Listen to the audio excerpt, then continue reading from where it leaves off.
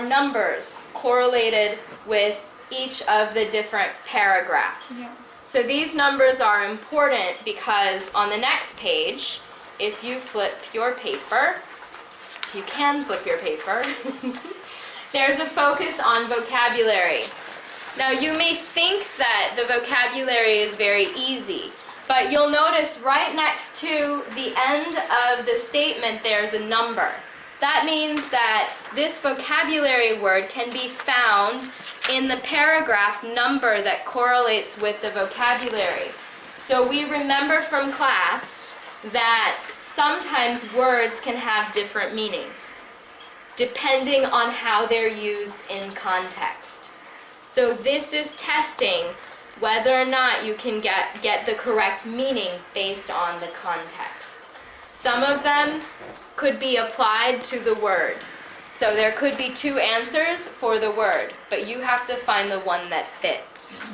Okay, so the next part, if we go down, you'll notice this is 8 points out of your 30 points total for the final grade for this. The next point is reading for the main ideas. This is 5 points total.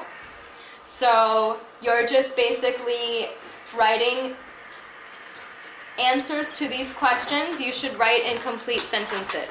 If they are not written in complete sentences, you will not get full credit. So you'll notice that each one is worth how many points? It's 5 questions. 5 points total. How many points is each worth? 1 point. That's right. Okay, so on the next page, after we have gone through the short answers, we have reading for details. This is worth 7 points of your grade. And you're basically circling the letter of the best answer to complete the sentences below. Make sure that when you circle the letter, you're very clear about the letter you circle. So if you circle one and then you choose to circle another, make sure you cancel out by making an X through the first circle. Otherwise, I will count it as wrong. Okay? So finally, after we go through reading for details, on the back, we have reacting to the reading. So these are your observations that I'm looking for, your opinions and ideas about the reading. And this is worth 10 points out of 30 points for the test. So you will see it's it's misnumbered, but it's 1, 2, 3, 4 questions, all different weights. Some are worth 2 points, some are worth 1 point. Any questions about the test? Yeah, I don't understand. How can we get possibly 10 points if we have 2, then 2, then 1, then 2? We have 7 of them. Well, the last one. You're probably right, and this is not. There would have been a change in this. This is just obviously a bad sample. One of them would have to be worth 3 points, or the one that's worth 1 point would be worth 2 points. Good point, though. Okay, so basically when I introduce tests, that's how I introduce them to the learner. Because a lot of the strategies say, read the information, make sure you understand it. But I find that they feel more comfortable when I present each section of the test and I explain what they're doing. Because people could assume that vocabulary is just testing the vocabulary knowledge. But if they don't understand that there could be 2 possible answers, but they have to choose the one that best fits how it's used in the text, they might make a mistake. So that's something that needs to be explained. And that helps, when they know that I will go through all points of the test, it helps to reduce their test anxiety. So that's one of the strategies that I use when I'm going through tests to help reduce testing anxiety. So just strategies in general. During the test, we want to preview. And most of you mentioned that you already do that. Right? So preview is just basically like after the teacher, say the teacher presented as I did. Then the student goes through and they look again to make sure they don't have any questions before they begin. And as part of previewing is a mind dump. Any ideas what that might mean? A mind dump. Think of like when you carry your purse or bag and it's really heavy, and you get in the door and you go, blah. So when you lose your burden. Yeah, but what do you think I mean by mind dump though? Relief? What's happening here in the mind when you're taking a test up here? You have all the knowledge for the test, right? So the mind dump is a strategy to train our students in when they first get to a test. If they're testing in mathematics or they have a grammar point that they remember at the beginning of the test, go ahead and write it down in the margin or wherever there's extra space. Because the students will then feel confident that they can complete whatever it is. If it's a math equation, they feel confident, okay, I remembered the equation, I wrote it down, I can access it later. And so that also helps to reduce test anxiety and stress because they know where to find it. If they don't do that, the whole time they might be worried, like, oh my gosh, what if I don't remember? Where is the part on the test? So it helps to just decrease some of the pressure and makes them feel like they can be more successful. So that's what I mean by mind dump, right?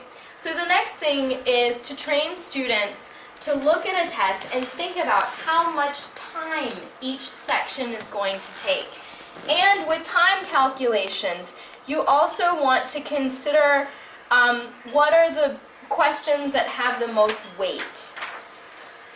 So what I mean by weight in this context is just looking at how much are they worth. This section is worth 8 points. This section is worth 5 points. This section is worth 7 points. And the last section is worth 10 points. So the students have a moment to think, okay, probably the vocabulary will go very quickly because I already know the paragraph that the vocabulary word appears in. So I can easily get through that. That will be fast. That's no problem. Reading for details might take me a little bit longer because I have to pay close attention to the information in the reading. So maybe I'll do that one first and get it out of the way, right? And then I can come back to the ones that are easier and go boom, boom, boom, boom, boom.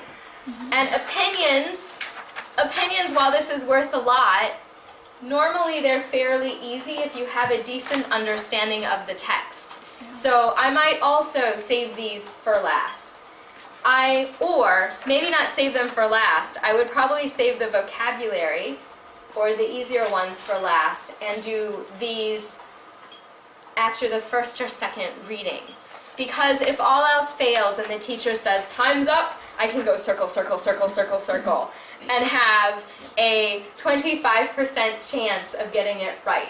But if this is blank, I miss it.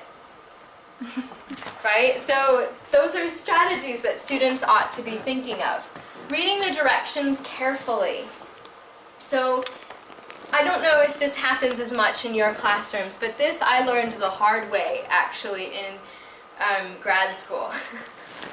And the reason I learned the hard way, it happened to me once.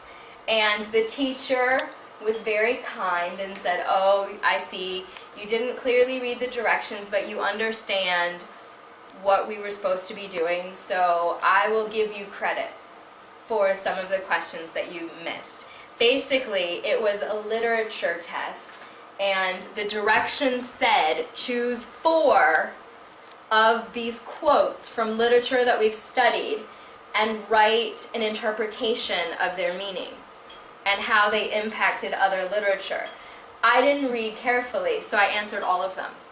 And so she deducted points for every one over the 4 that I had answered.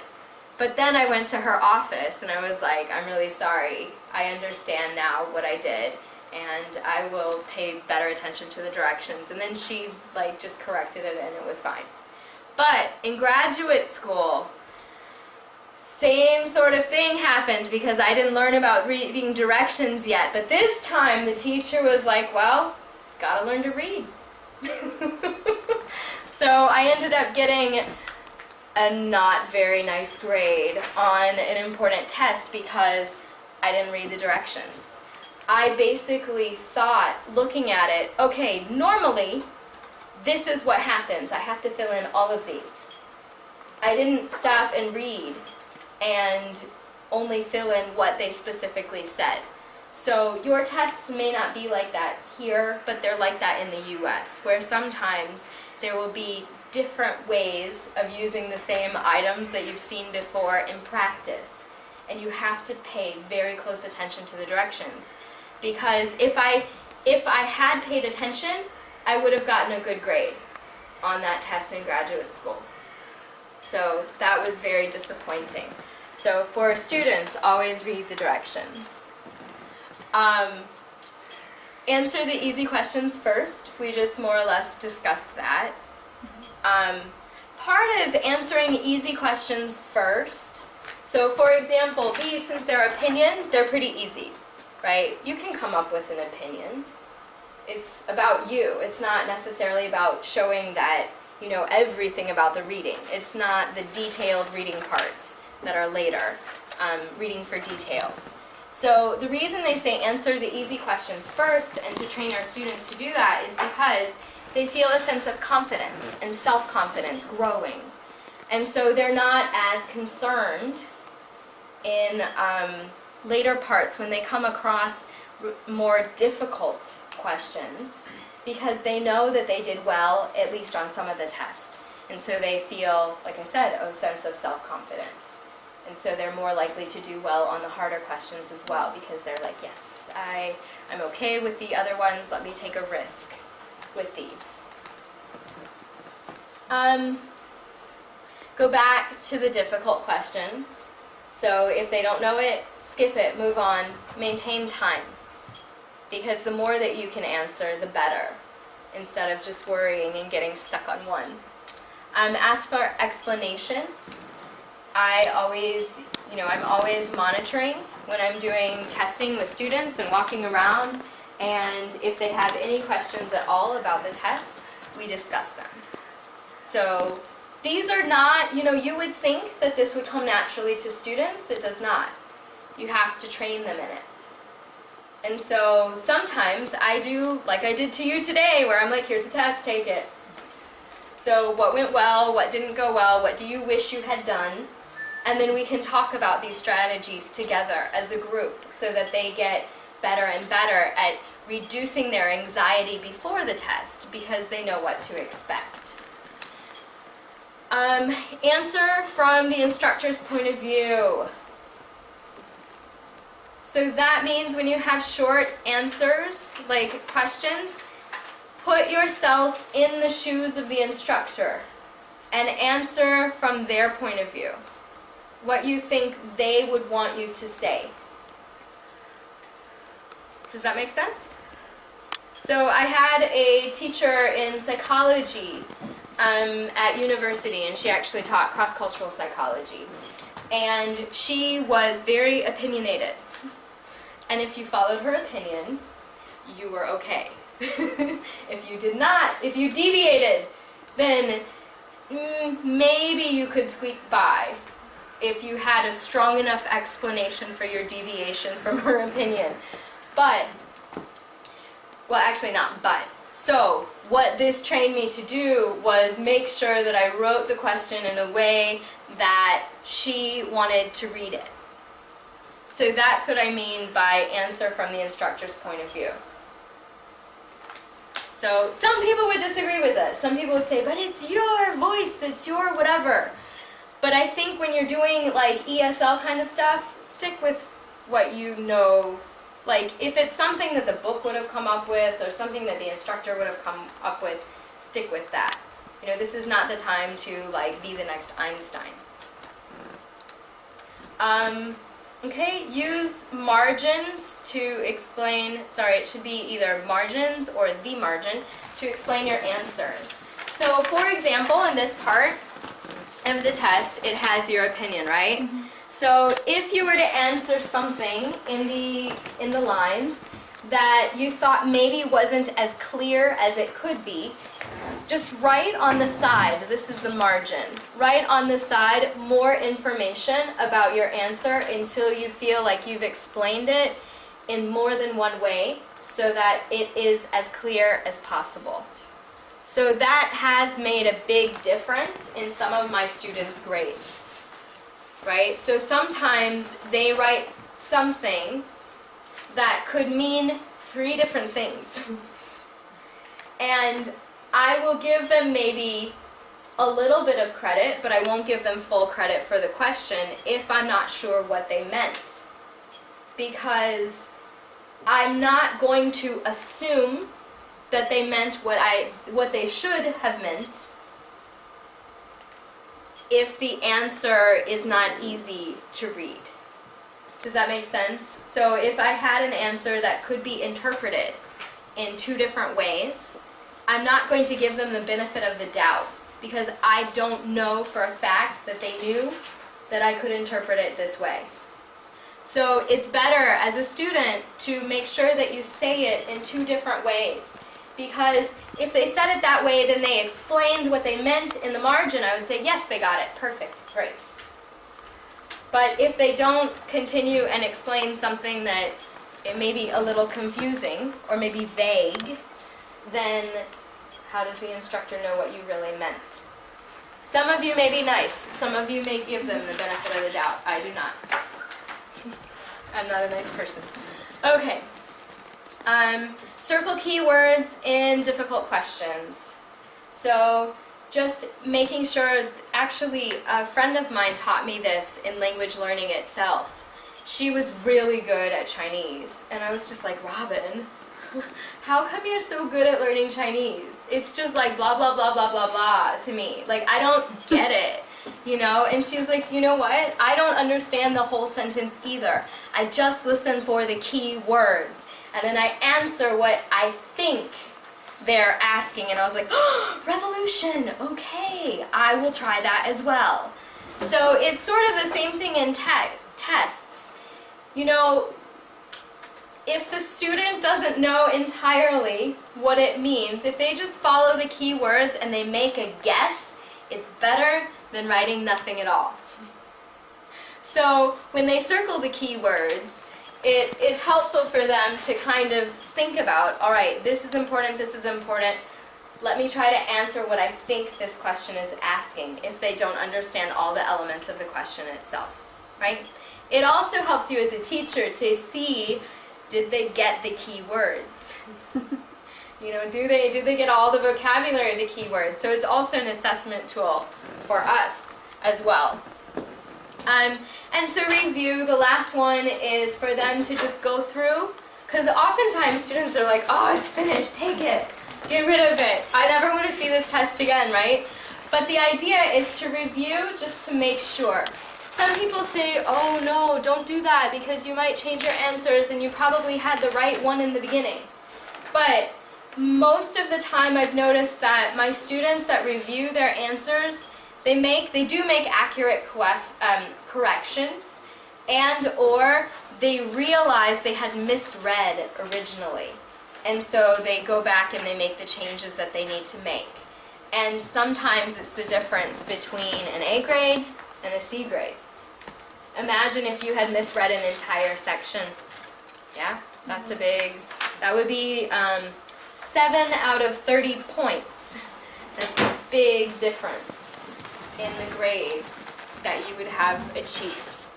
So this is during the test.